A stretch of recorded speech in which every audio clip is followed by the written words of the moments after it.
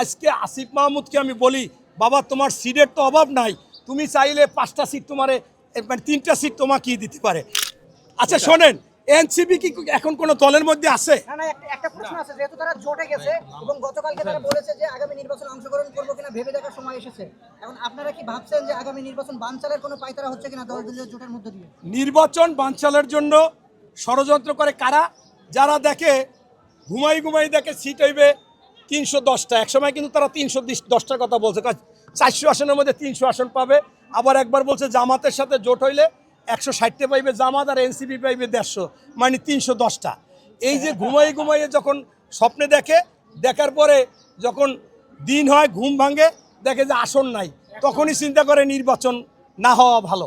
আপনারা জানেন যে এই আসিফ মাহমুদ সজীব ভুঁইয়া ঢাকা 10 আসনে নির্বাচন করার জন্য বিএনপির কাছে দ্বারস্থ হয়েছিল। যখনই ওই ধানমন্ডি 10-এর জনগণ জানতে পেরেছে যে এই আসনটা উনি ধানের শীষ নিয়ে দাঁড়াইতে চাচ্ছে, তখন ওই আসনের জনগণ সোচ্চার হয়েছে এবং তারা প্রতিবাদ জানাইছে।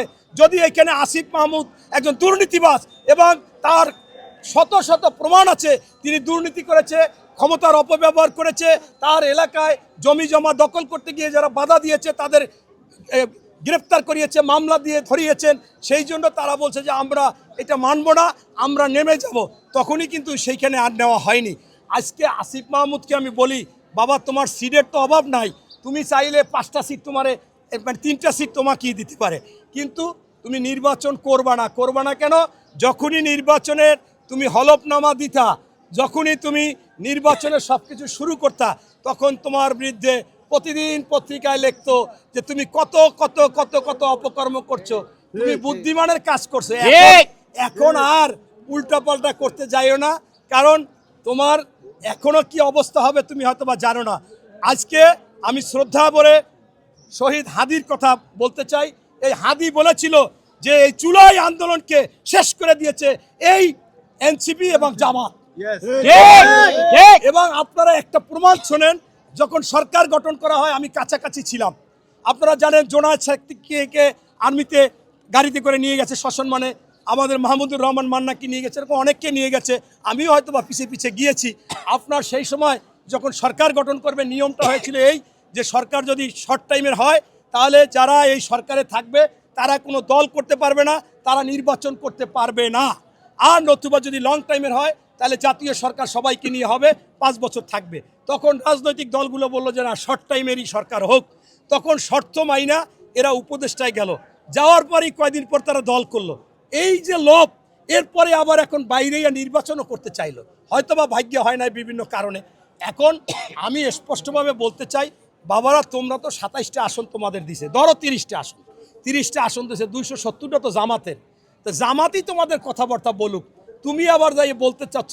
তোমাকে তো জামাতের সেক্রেটারি জেনারেল বলছিল যে আপনার বাপের চাইতে সন্তান এত বড় হওয়া, পোলা বড় হওয়া ঠিক না। কাকে বলছিল? এনসিপিকে বলেছিল জোরালোভাবে এই সেক্রেটারি জেনারেল গোলাম পরোয়ার। তা আমি মনে করি এখন তোমার বাপের সাথে সম্পর্ক ভালো হয়েছে, ওখান থেকে তোমরা আবার সরিয়ে আইছো, বাপের কথাই থাকো, পোলা আর কথা কইও না, কারণ এই কইলে বিপদগ্রস্ত হবা। কারণ বাংলাদেশের মানুষ তোমাদের চিনা গেছে। এই বাংলার মাটিতে আমি আমার সন্তানকে নিয়ে, সন্তান ভোটার হয় না, এখন ইন্টারমিডিয়েট পরীক্ষা দেবে আগামীতে, এই সন্তানকে নিয়ে প্রত্যেক দিনের এই জুলাই আন্দোলনে ছিলাম। কে কে তোমরা ছিল আমরা ভালোভাবে দেখেছি। সেই দিন আমি যখন মানুষ আসতো বলতাম বাবা আপনি কি করেন? কয় আমি ছোট একটা মুদি দোকান দিই। আপনি কি করেন? কয় আমি ফুটপাতে দোকান দিই। আপনি কি করেন? পাটাও চালাই। আপনি কি করেন? ভ্যান চালায়। এরকম তারা পানি দিত, খাবার দিত, বিস্কিট দিত, পাউরুটি দিত। কেন? মনে করেছিল বাংলাদেশের সকল সময় অন্যায়ের প্রতিবাদী একটা শক্তি থাকবে, সেইটাই থাকবে ছাত্ররা। সেই ছাত্রদেরকে তোমরা কবর দিয়ে দিচ্ছ, সেই আগ্রহ আর নাই। এরকম কোনো সময় বিপদ হলে কেউ আসবে কিনা আমার মনে হয় সন্দেহ। তাই তোমরা যা করছো খাইয়ে লইয়া পেট ভরছো, আর খাইতে যাইও না। দেখেন না ওই নাসিরউদ্দিন পাটোয়ারি যখনই যায়, যাওয়ার পরে কি বলে, একজনে বলে যে এজা তো বাবা হইতে পারবে না, বুড়ো এক লোক বলে বাবা এজা তো হইতে পারবে না, যাও, দোয়া দিলে কি হবে, তুমি তো হবা না, আমি দোয়া দিলাম। এখন আরেকজনে বলে যে আপনি যে বলেন চাঁদাবাজি করে মির্জা আব্বাস, আরে এই বিল্ডিংটা তো আপনারা অমুকের নামে রাইখা আপনারা সেইখানে পাড়ামারা দিয়ে খান, এই নাসিরউদ্দিন পাটোয়ারি সরাসরি বলে। এরপরও এদের লজ্জা নাই। আরে কোথায় লিভারপুল আর কোথায় ফকিরাপুল? আমি ঢাকায় আসছি 85 সালে, আইসেই এই যে মির্জা আব্বাস বিরাট বড় লোক, আমাদের সবসময় ছাত্রদের ডাকে, এদের ডাকে, দান সদকা করে, মানুষকে অনুদান দেয়, চিকিৎসার জন্য দেয়, আর তার সাথে তুলনা করে, এই কি অবাক। এবং এইগুলো কোনো একজন প্রার্থী নামে বলতে পারে? অথচ মির্জা আব্বাস কিন্তু কিচ্ছু বলতেছে না।